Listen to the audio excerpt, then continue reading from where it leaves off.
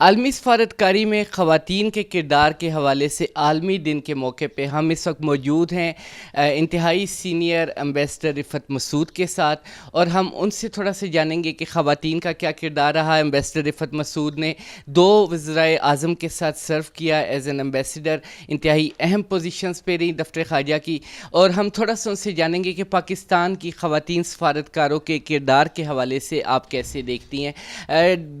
عام طور پہ یہ سمجھا جاتا ہے کہ مردوں کی فیلڈ ہے، لیکن پاکستانی خواتین نے انتہائی کامیابی سے سفارتکاری میں اپنا کردار ادا کیا، تو تھوڑا سا ہمیں اس کے حوالے سے بتائیے گا۔ بسم اللہ الرحمن الرحیم۔ بہت بہت شکریہ کہ آپ نے مجھ سے یہ بہت اہم دن کے لیے مناسبت سے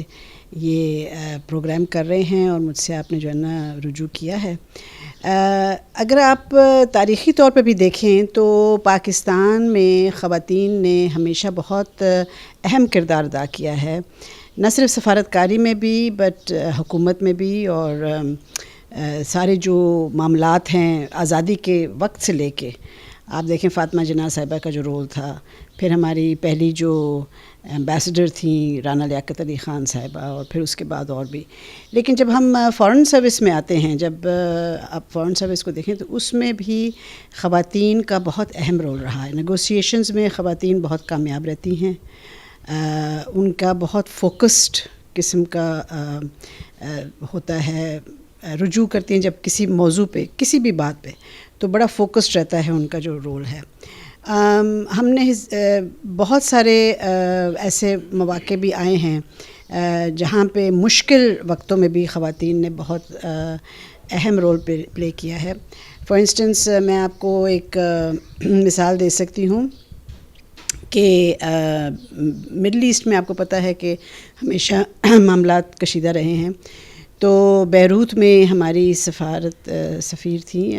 آسما عیسیٰ صاحبہ، تو اس وقت بیروت میں لبنان میں جنگ ہو رہی تھی،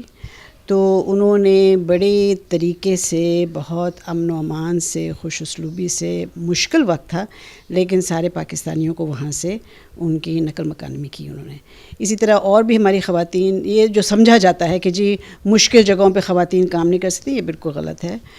ہماری ایک خاتون ایمبیسڈر تو اس وقت وہ نہیں تھی، وہ کاؤنسلر تھیں، لیکن یہ بیوکریسٹ میں رومینیا میں جب انقلاب آیا اور چوچسکو کی حکومت ختم ہوئی تو انقلاب کے وقت بہت ہنگامے ہوئے وہاں پہ، تو سفیر وہاں کے جو صاحب تھے وہ ڈر گئے،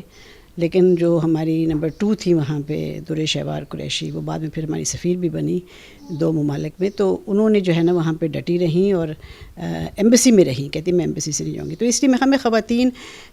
ہمیشہ سے ہی بہت اہم اور بہت ان کا رول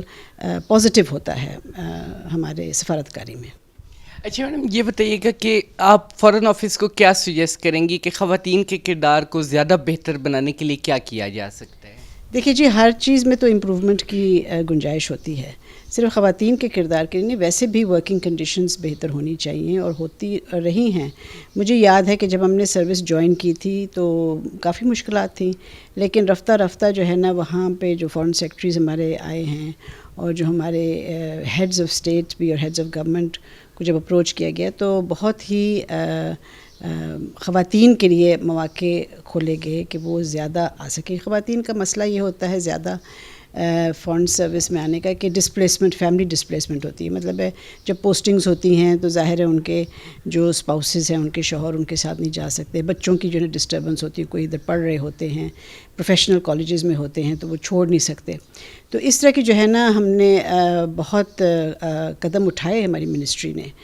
ان کے رول کو بہتر کرنے کے لیے، ان کے لیے آسانیاں پیدا کرنے کے لیے۔ فار انسٹنس دیکھیں، اگر فرض کریں 2 سروس میں میاں بیوی فارن سروس میں ہیں تو ان کو ایک ہی اسٹیشن پہ پوسٹ کیا گیا تاکہ فیملی اسٹڈی، تو میرے خیال میں کہ بہت سارے اسٹیپس لیے گئے۔ آف کورس امپرومنٹ کی تو ہمیشہ گنجائش ہوتی ہے، اور اب آپ دیکھیں کہ ہمارے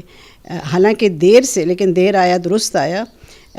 پہلی فارن سیکرٹری بھی ہماری رہ چکی ہیں تہمینہ جنجوعہ صاحبہ، تو بڑا مشکل ہوتا ہے اس طرح ٹاپ پہ آنے کے لیے، اسٹرگل کرنا پڑتا ہے، تو لیکن وہ مواقع دیے جاتے ہیں، اور میرے خیال میں ہماری جو منسٹری ہے فارن منسٹری وہ یہ مواقع پرووائڈ کرتی ہے خواتین کو۔ جی بالکل، امبیسڈر رفعت مسعود کا یہ کہنا تھا کہ پاکستانی خواتین نے ہر دور میں بطور سفارتکار نہ صرف اپنے آپ کو منوایا بلکہ مشکل ترین حالات میں ملک کے لیے بہتر مواقع تلاش کیے.